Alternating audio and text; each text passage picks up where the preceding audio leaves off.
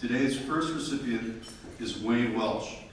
Unfortunately, Wayne was not able to travel from Florida to be with us this morning, but he sent his remarks, and I shall read those now. Hello, this is Wayne Welsh, class of 1956, a grateful recipient of the Bert and Norma Altman Teacher Education Award. I'm writing this from Estero, Florida, amid the aftermath of Hurricane Irma. Fortunately, my wife, Jerry, and I are fine, but it has been a harrowing week. I'm sorry I cannot be with you on this special day, but my health and now Irma made travel for me impossible. However, thanks to the help of Janie Morgan, the UWL Alumni Awards Committee, my reader, and others, I can be with you in spirit, in word, and partly in flesh, because my daughter, Mary Welsh, and her husband, David DeVrent, are here to represent my family. Can you raise your hand, please? Okay. Thank you.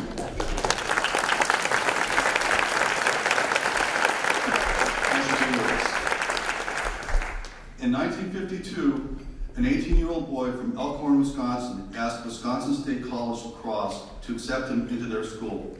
This boy was married, the father of a 2-month-old son, and had just failed his freshman year at the University of Wisconsin-Madison. This young man considered several options. Perhaps work at the Nash automobile plant in Kenosha, or maybe apply to a different college or university. This boy, me, chose the latter option and applied to what is now known as the University of Wisconsin Lacrosse. Fortunately, for me and my family, I was accepted. In September 1952, our furniture was loaded into a semi-trailer and placed on the tops of 1,250 cases that held 30,000 cans of peas. You might be thinking, that is an odd way to ship one's belongings to college. My dad was a supervisor of a creamery that used the services of O'Donnell Trucking Company in Elkhorn. Bill, the owner, had a rig heading to La Crosse area and kindly agreed to carry our things along with the cans of peas. This example was just one of the ways my dad and mom, Willard and Evelyn, were always there to help us out. The month of September has been an eventful one for Jerry and me. We have several personal September songs. Not only were we married in September, I also started college at the University of Wisconsin-Madison that same month. Before we were married, I planned to attend Lawrence College in Appleton. I enrolled and paid a $400 in tuition. After we were married, I inquired about finding housing for the two of us, and much to my surprise, discovered that Lawrence did not allow married students to attend their school. This called for a quick change of plans. Plus, they only refunded $50 of my prepaid tuition. We drove to Madison, and somehow during late September, I was accepted into the university and obtained housing in a 6x20 trailer located in a park next to Camp Randall Stadium. There was no running water, nor toilet, and we used an ice box to keep things cold. I lay in a pull-out bed at night. My head touched the side of the trailer, and my feet could touch the other side. September was also the month I started at lacrosse. My grades improved, and I played football, the Cigar Bowl in 1955, and golf, and was a member of the Campus Control Council, the name of the student association at that time. This most devastating September of our lives occurred on our 50th anniversary, wedding anniversary. That was the year the terrorists attacked America and the Twin Towers were destroyed. But the litany of significant Septembers was not over. It was September 10th, the day before our anniversary, when the eye of Category 3 Hurricane Irma moved over us with its 130-mile-an-hour winds. The September songs of our lives have changed this year because today the month ends on a positive note. These alumni awards are being presented, and I am one of those fortunate recipients. To paraphrase Willie Nelson, these few precious days I'm spending with you, lacrosse. A lot has changed since I started at lacrosse in 1952. When I graduated, the university consisted of just 5 buildings. Now among the 30-plus buildings on campus, many are named after professors or administrators I had when in school. Another change is the size of the school. The enrollment has ballooned from 2,500 in 1956 to 10,400 today.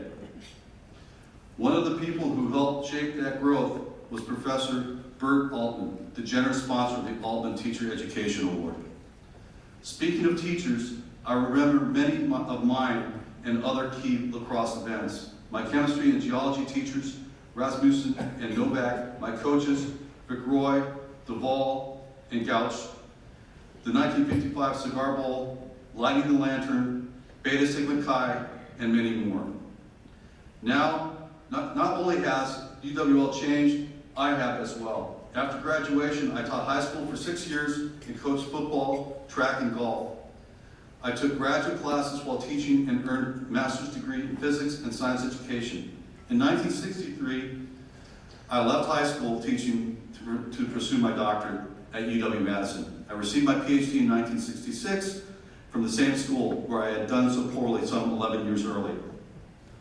When I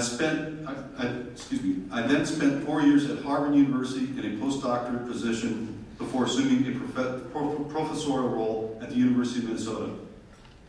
I retired from Minnesota in 1998, but have continued my research and evaluation work. In fact, I'm working on a National Science Foundation grant. I close my remarks with this story. My son Willie was 5 months old when we moved to La Crosse. Is now a songwriter, singer, actor, and teacher. Willie wrote a song a few years ago called Playing Right Field. It has been recorded by many performers, including Peter, Paul, and Mary, and the Teenage Mutant Ninja Turtles in a Pizza Hut commercial. It is currently part of a baseball exhibit at the Library of Congress in Washington called Baseball's Greatest Hits, the music of our national game.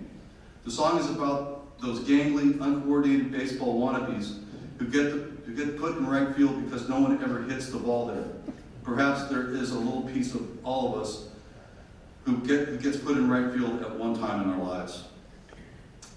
You can be awkward, you can be slow. That's why I'm here in right field watching the dandelions grow.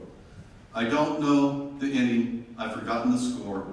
The whole team is yelling, and I don't know what for. Suddenly everyone is looking at me. My mind has been wandering. What could it be? They point to the sky, and I look up above, and a baseball falls into my glove. And like that wayward baseball, I fell into the comforting and supportive glove of the Wisconsin State College at La Crosse those many years ago. It was a life changer for me and my family, and we are ever grateful. Teaching and teacher education run deep in our family. Thanks again to all of you who have helped me through the September months of my life and prepared me to handle the October-like baseball challenges of my life. My wife Jerry, daughters Mary and Jean, their husbands David and Scott, my son Willie and his wife Wendy, my lacrosse coaches and teachers, and to all the others that helped me on the journey. Mary Welsh, Wayne's daughter, was able to join us today, and again, I appreciate you coming here today. Please come to the podium to accept this award.